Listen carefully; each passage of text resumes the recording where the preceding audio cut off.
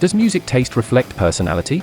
A study from the University of Cambridge, involving 350,000 participants from 50 countries across 6 continents, posits that people with similar traits across the globe are drawn to similar music genres. So, extroverts love Ed Sheeran, Beyoncé and Justin Timberlake. The open thrill to Daft Punk, Radiohead and Jimi Hendrix. The agreeable are into Marvin Gaye, U2 and Taylor Swift. The neurotic enjoy, presumably as much they can, the work of David Bowie, Nirvana, and The Killers. And so on. While the study doesn't claim to be definitive, how strange to be allotted only one personality trait genre each.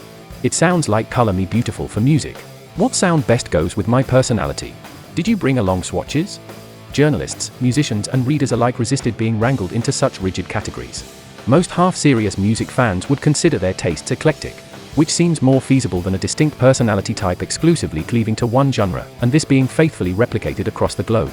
The idea of, say, an English person, an Argentinian and a South African, separately thinking, I feel alienated. I will signal that by performatively listening to Nirvana's Nevermind. Forever. To me, this is not how people are. This is not how music works. Music taste, like the humans who possess it, seems built from a dizzying array of variables. What is your age, sex, background? Growing up, what was the dominant culture, and did you subscribe to it? Are you rebellious? Political? Apolitical? Withdrawn? Hedonistic? A loner? Do you feel more yourself in the real world, or online? When you select a song, are you happy, miserable, in love, heartbroken, angry? Or none of the above, just trying to chill while you make dinner, thanks? That's pertinent, actually, where you are when you listen to music, what you're doing. Working out. Driving. Strolling. Reading. Work. Leisure. In a pub or at a club. Lying in a darkened room, with AirPods in. This is a key difficulty with personality typing music. At any one time, listening can be affected by a plethora of variants, including location, situation, activity, outside forces, memory, mood, need, whim. While taste can overlap with cultural tribalism, the spurious notion of good, bad taste, the need to belong, this is mainly a youthful tick and it will pass. What's left is the individual, the ceaselessly mercurial personality, which can feel many different things within the space of a day. Which isn't always drawn to the same style of songs. Which doesn't always want to be the same person. The chatterbox might want to disappear into the mists with Leonard Cohen. The depressive to boogie with Ariana Grande. The introvert to headbang to Megadeth. Music can reflect your nature, but it can also take you out of yourself. It is an escape chute, a liberator, as much as it is a mirror. Listening can be affected by a plethora of variants, location, situation, activity, outside forces, memory, mood, whim. Some people don't even like music. They don't yearn for a soundtrack to their life. They just want neutral background noise that used to be termed coffee table music. For the rest of us, it continues to be an era of engorged culture and musical plenty.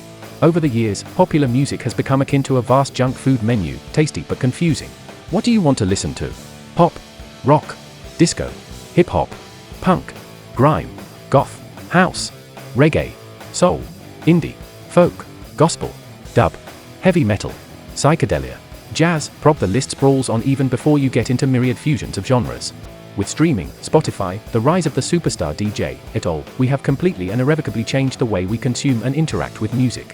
Volume, distribution, payment, or otherwise.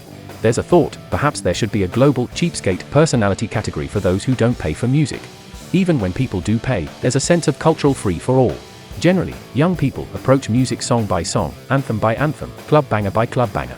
What research-based personality type, open, agreeable, could be applied to such an elastic approach? Do we just ignore how, like a generational bushfire, it's caught on throughout age, race and class? How, like it or not, we are all in shuffle mode now. If, like me, you're still partial to listening to whole albums, digital or vinyl, you may feel increasingly like the last dodo, stubbornly playing Hounds of Love all the way through, creeping ever closer to easy listening extinction. Just to rub it in, it might not even be your music taste anymore.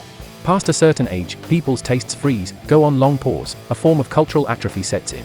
What you think defines you may just be your music taste of 5, 10, 20 years ago, and, according to the Cambridge findings, you now have an outdated personality to go with it.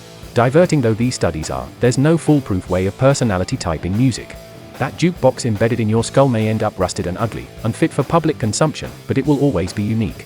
Tailored music exists only in the fevered minds of marketing and advertising executives who want to zone you, sell you stuff. It's not a case of too much music, rather that there's too much human condition, too many people, restless, vivid, alive, thinking, feeling, and wanting differently from one moment to the next. Let's talk about our musical tastes, and if our different moods make us want to listen to different music. I know my mood makes me feel like listening to all sorts of music.